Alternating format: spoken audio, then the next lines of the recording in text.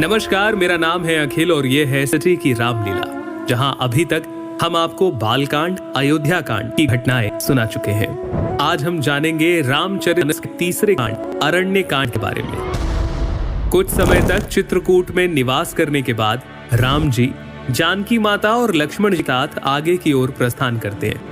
अरण्य कांड में इंद्र के पुत्र जयंत का भी प्रसंग आता है, जो श्री राम के बल की परीक्षा करने के लक्ष्य से कौवे का रूप धारण कर माता सीता के चरणों में चोंच मार देता है।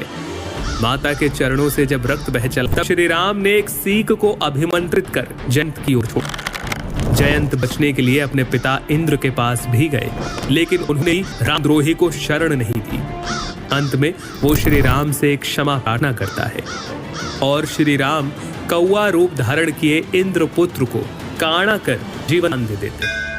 ऋषि अत्रि और ऋषि शरभंग जी से मिलने के बाद जब श्री राम आगे बढ़ते हैं तो उन्हें हड्डियों का ढेर दिखाई देता है।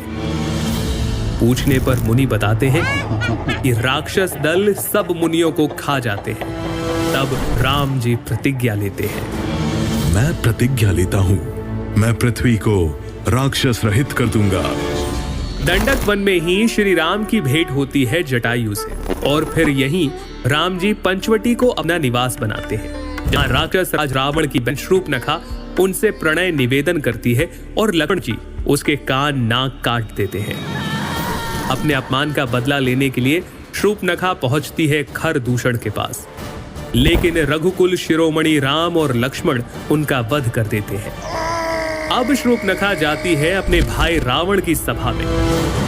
वहीं दूसरी तरफ स्थिति की गंभीरता को समझते हुए और सीता माता की सुरक्षा के लिए श्री राम उन्हें राक्षसों का अंत होने तक अग्नि में निवास करने के लिए कहते हैं।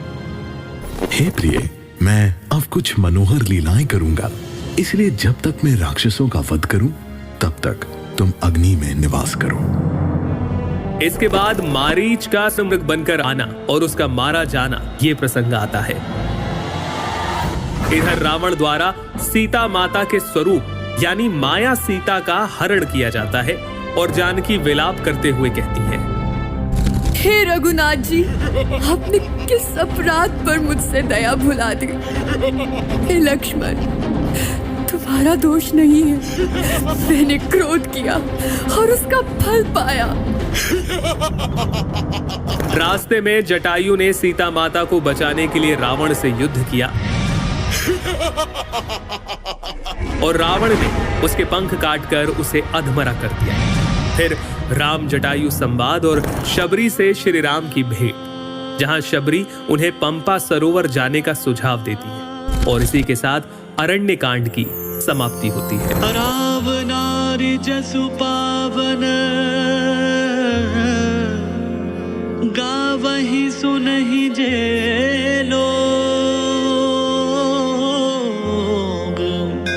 राम भक्ति दृढ़ पावहि, बिनु बैराग जप योग। ये था रामचरितमानस का अरण्य कांड। आगे हम लोग बात करेंगे किष्किंधा कांड की, जहां भक्त की भेंट होगी भगवान से। तब तक के लिए सुनते रहिए रेडियो सिटी की प्रस्तुति सिटी की रामलीला।